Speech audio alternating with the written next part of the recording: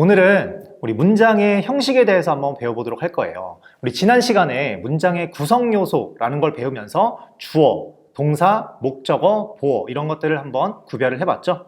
자, 이번에는 그거를 활용해서 지금 문장의 형식에 대해서 한번 배워보도록 할 겁니다. 자, 문장의 형식은 총 5가지의 형식으로 이루어져 있어요. 그래서 1형식, 2형식, 3형식, 4형식, 5형식 이렇게 5가지의 형식을 배우게 되고 모든 영어 문장들은 전부 다 이 5형식 구조 안에서 이루어지고 있다라고 생각하면 되겠습니다.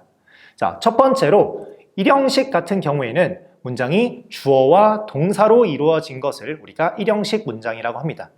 지난 시간에 썼던 것처럼 예를 들어 Justin lives in Korea 이렇게 얘기를 했을 때는 Justin이라고 하는 게 주어, lives라고 하는 게 동사, 그 다음에 in Korea라고 하는 거는 전치사 플러스 명사의 형태이기 때문에 쓰레기로 처리를 해서 문장 구성 요소로서는 주어, 동사만 남게 되는 이런 1형식 문장이다 라고 말씀을 드렸었는데요.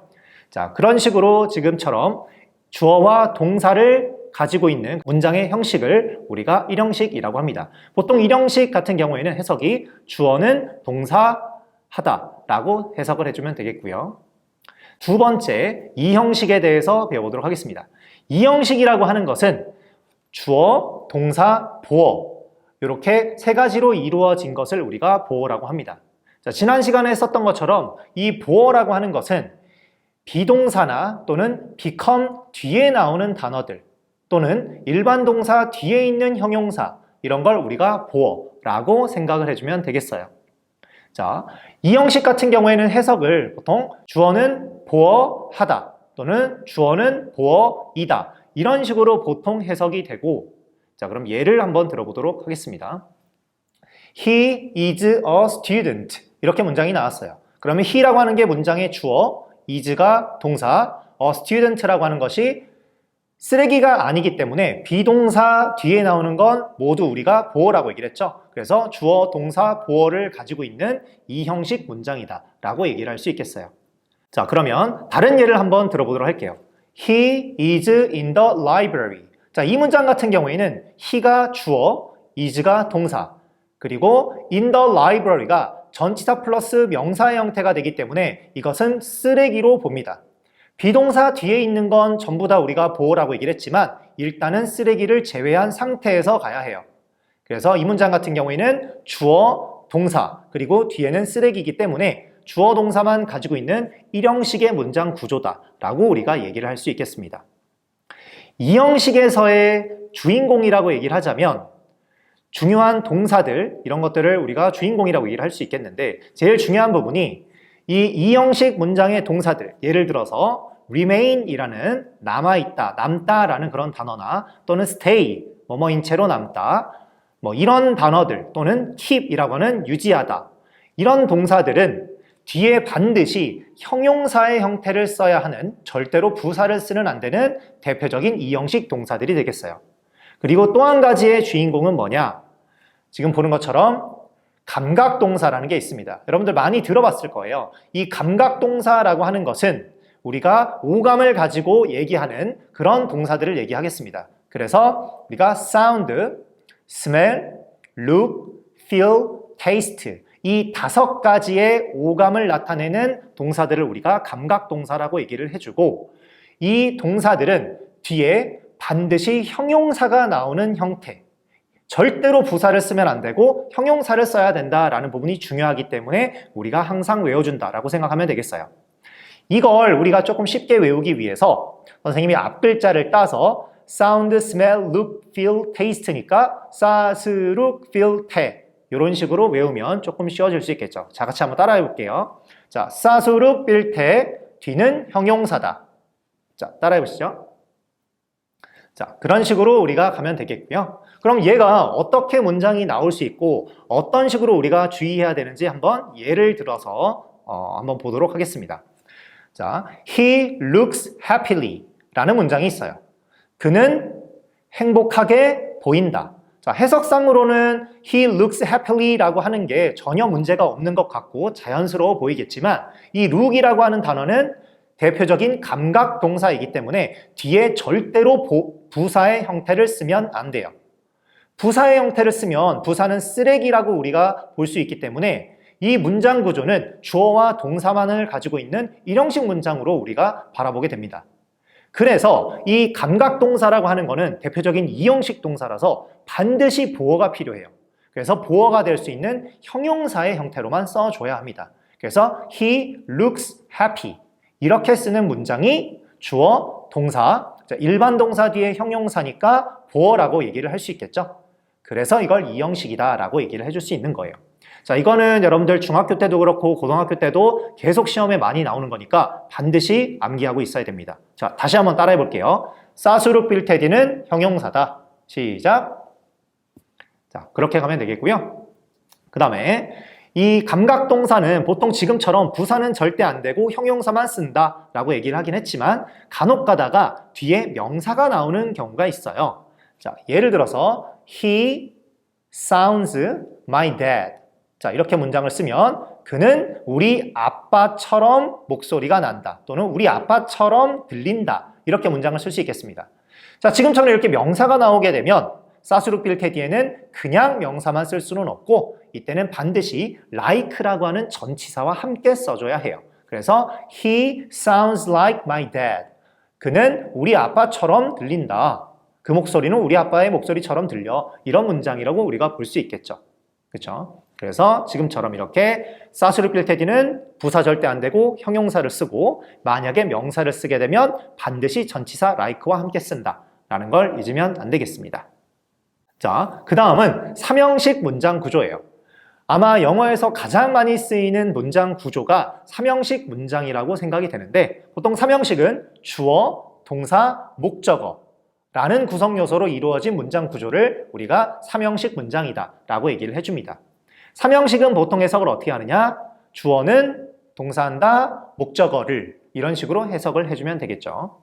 자, 그 다음 사형식으로 한번 넘어가 볼게요. 사형식이라는 문장 구조는 주어, 동사, 그 다음에 간접 목적어, 그 다음에 직접 목적어 이런 식으로 목적어가 2개 있는 문장의 구조를 우리가 사형식이라고 얘기를 해줍니다. 이때 이 간접 목적어는 보통 대부분의 경우 사람이라는 명사가 들어가고 이 직접 목적어에다가는 보통 사물의 명사들이 들어가요. 왜냐하면 해석상으로 이 사형식은 항상 주어, 은는이가, 동사, 뭐뭐 한다, 그 다음에 이 간접 목적어에 에게라는 해석을 반드시 붙여줘야 되고 뒤에 있는 직접 목적어에다가 을을이라는 해석을 붙여줘야 되기 때문에 나는 뭐뭐에게 뭐뭐를 뭐뭐 한다 이런 식으로 문장을 써주다 보니까 보통 이 간접 목적어 자리에 사람 그리고 직접 목적어 자리에 사물의 형태가 들어가요. 뭐 물론 둘 다 사람이 아닌 경우들도 있겠지만 보통은 그렇다라고 생각을 하면 되겠어요. 자, 그러면 예를 한번 들어보도록 하겠습니다. He gave me a present. 그는 주었다 나에게 선물을.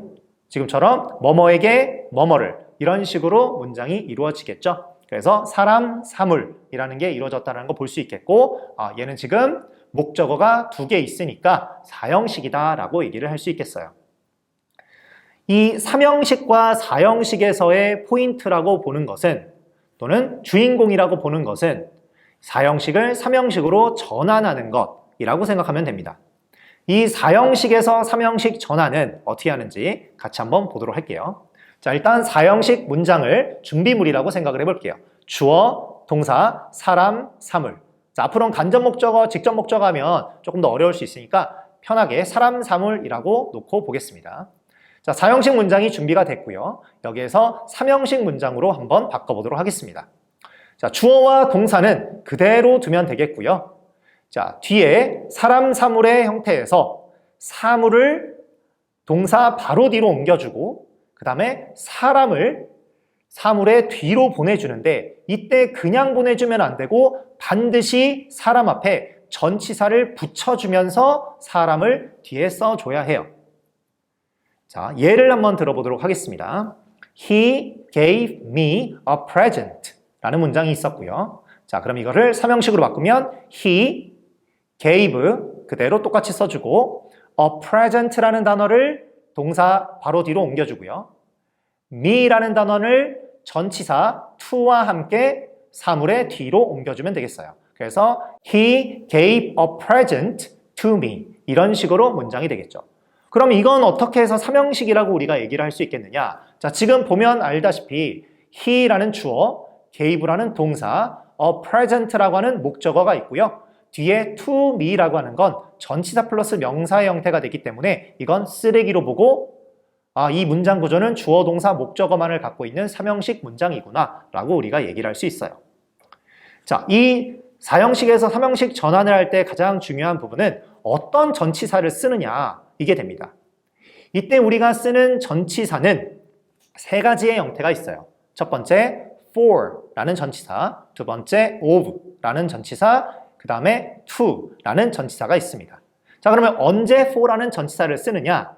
앞에 있는 동사가 우리가 4형식을 3형식으로 전환해주는 이 동사가 make, build, buy, get, cook 이라는 동사들이 나오게 된다면 물론 이거보다 좀 더 많은 동사들이 있긴 하지만 가장 자주 나오는 것들 우리가 꼭 알아야 되는 동사들로만 일단 보도록 할 거예요. 자, 그래서 make, build, buy, get, cook 이라는 동사를 가지고 이걸 만들었으면 사람 앞에다가 전치사는 반드시 for라고 하는 전치사를 써줘야 하고요. 그 다음에 앞에 있는 동사가 ask나 또는 inquire라는 동사를 가지고 만들어졌으면 사람 앞에는 반드시 of라고 하는 전치사를 써줘야 합니다. 그리고 make, build, buy, get, cook 이라는 동사가 아니거나 또는 ask나 inquire라는 동사가 아닌 경우에는 전부 다 to라는 전치사를 써주면 되겠어요. 이때 for나 of나 to는 해석이 전부 다 뭐뭐에게라는 해석이 돼버리기 때문에 해석으로는 우리가 뭘 써줄지 결정할 수가 없습니다. 그래서 앞에 있는 동사를 보면서 make, build, buy, get, cook이네? 그러면 for 써야지. ask, inquire네? 그러면 of 써야지. 처음 보는 단어네? 그러면 to 써야지 라고 보면 되겠어요. 이때 나머지 동사들은 보통 쓰이는 게 show라든지 give라든지 teach 이런 것 등등이 된다라고 생각하면 되겠습니다. 자, 오늘은 여기까지 배워보도록 하겠습니다.